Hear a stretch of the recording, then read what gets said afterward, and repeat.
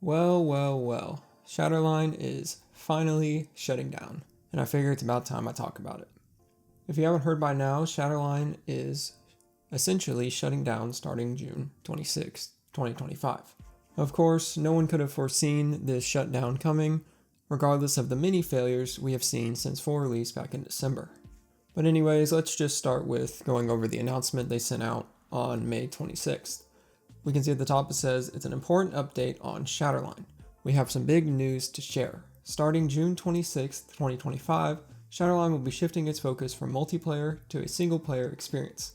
This means that the online multiplayer servers will be shutting down, but the game itself is far from over.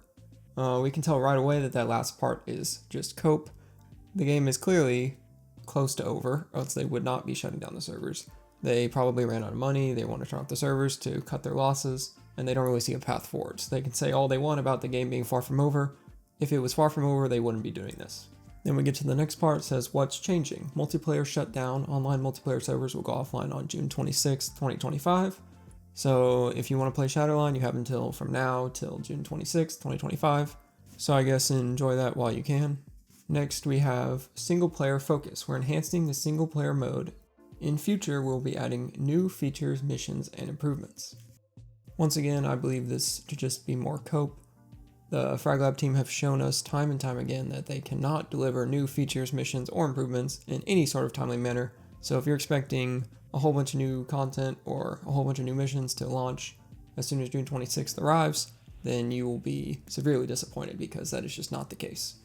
And finally, we have from free to play to pay to play. Shatterline will transition to a one-time purchase model starting June 26th. If you already own this game, you will keep it. So if you already own Shatterline, you don't have to pay for it again, but any new players that are coming in will have to pay an entrance fee for the game rather than microtransactions. This part doesn't really make any sense to me because they're taking out so much of the experience, being expedition and the versus mode and even episodes with your friends. They're taking all of that out and then they're going to charge you to play the game now. So they're only leaving the campaign, which you can already get on the current game for free. They're only leaving that part. They're taking everything else out and now they're going to charge money for it. And of course that worked so well before when they charged $5 for it that they had to remove the price and drop it back down to $0. So I don't know why they're trying it again, but I don't foresee it being very successful. And then they answer the question, why this change? They say, this decision wasn't easy, but it will allow us to focus our resources on delivering an even better single player experience. We've seen your passion for Shatterline, and we're excited to create an unforgettable solo journey for you. Again, I don't really believe in this. I think the current campaign is what we're going to get for this enhanced single player experience, and if you're expecting more, prepare to be disappointed. This is just one last attempt to scrape as much money as you can out of the remnants of Shatterline and sell the campaign and leave it as is and move on. The next question they answer is, what about my purchases? All in-game purchases will be disabled starting May 26th, 2025.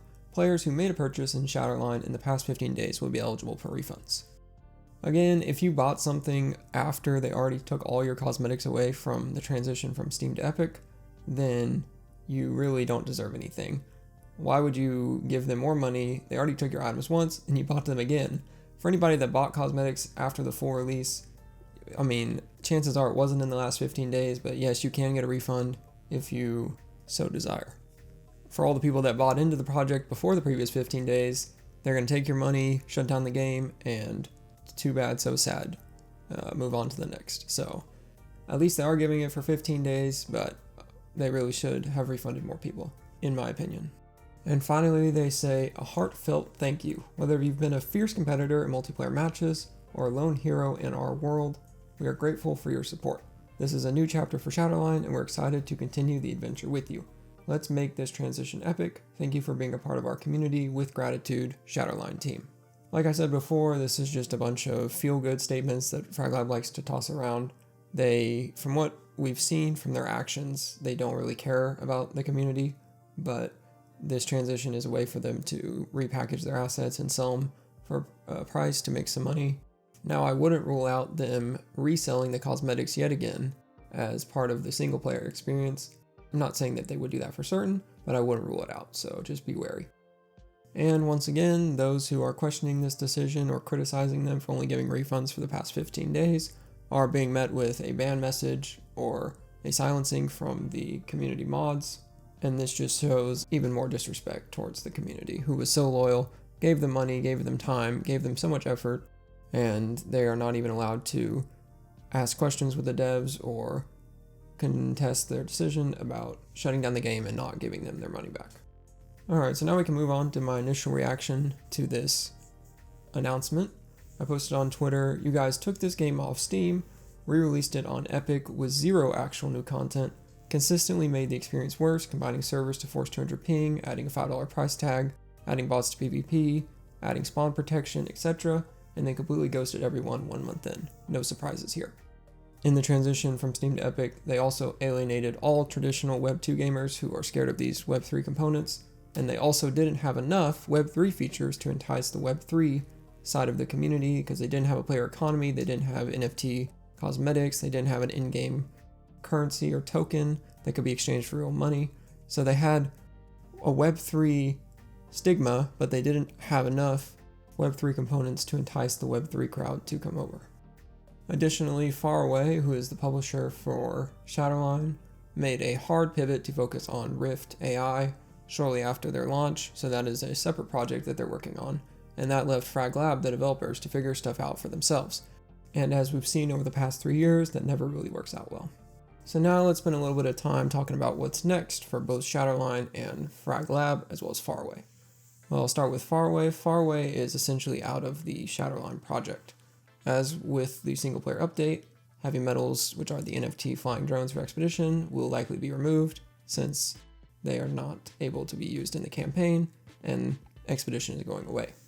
As we've already discussed, Shatterline will continue to exist with the pay-to-play model, which will include only the current single-player campaign, and those who already own the game will keep it, won't have to buy it again, but those who see the game for whatever reason and think it's a good idea to buy the campaign, those people will have to pay for it. The price for this campaign has yet to be announced, but I'm estimating somewhere in the $20 to $30 range.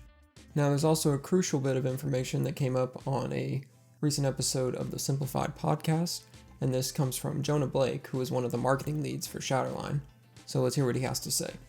I'll maybe to keep it very short. We had a set budget. We did a lot of tests. People don't really want to play multiplayer games or games in general in Web3. And, I just think it's very funny. And I'm not saying you specifically, just like the DMs I've gotten from random people. It's like, if you cared about the game so much, you would have played it. You didn't play it. So, what are we supposed to do? Leave it on all the time and just like people can say it exists? Like that's just stupid. Makes no sense. If you care about it or you did care about it, you would have played it. You didn't play it. You didn't want to play it, and it's not, the publisher, in this case Faraway is the publisher, it's not their job to maintain it. And if the dev studio wants to go on a different path that's more single player, which I from what I understand they do have DLC and other things coming, then great. But a lot of people who are coming at me, I don't know where you were when I paid half these KOLs to get users, because all the KOLs we paid brought literally no users. Complete waste of money. So, that's all I got to say on that. So as you just heard, the unreleased campaign missions of Shatterline are potentially going to be sold as DLCs. This creates another avenue for Frag Lab to make money off of its unreleased content by selling it to both new players and existing players who continue to play the single player game. And I just want to make exceptionally clear that the pivot to single player was Frag Lab's idea, not Faraway's. Frag Lab went to Faraway and said that they want to do single player, and Faraway as the publisher doesn't really have enough control to stop them from doing that. So Faraway just went along with it, and now we're going to get a single player version of Shatterline. Beyond that, Frag Lab, the developers at Shatterline, are pivoting to a new unannounced Unreal Engine 5 shooter rumored to be called Fragatron. This has been leaked through Discord status on the devs' Discord pages, as well as through LinkedIn, where many of the devs have posted about working on this new unannounced Unreal Engine 5 game. So the studio had a massive flop with Shatterline, and somehow they got funding again for a new project, and we'll just see how it ends up working out. And now that Shatterline is officially coming to an end, I just wanted to share some of my final thoughts about this game. Shatterline has meant so much to me over the years. It was once an incredible game with such a passionate community, but unfortunately it was horribly mismanaged over the years, and is now suffering a similar fate to many other dead games When the game first launched in September of 2022, Frag Lab truly had a winner on their hands, but they continued to sabotage themselves and shoot themselves in the foot every step of the way, and could never, ever take a single form of accountability. They blamed publishers, they blamed the war, they blamed the community, they blamed the players. It didn't matter, but it was never going to be Frag Lab's fault. They had more money than any dev studio, especially indie dev studio, could ever wish for. They had a team of 200 plus developers with many years of experience between them, and a loyal and supportive and engaged community who wanted desperately for the game to succeed. But with all of that, they squandered everything, and here we are. They took all of these resources and made bad decision after bad decision, and went radio silence for months at a time, if not years at a time, showing that they truly did not care whatsoever about the results of their game. In the end, we have one more new chapter left to unfold, but Frag Lab have no one to blame but themselves for being in this situation.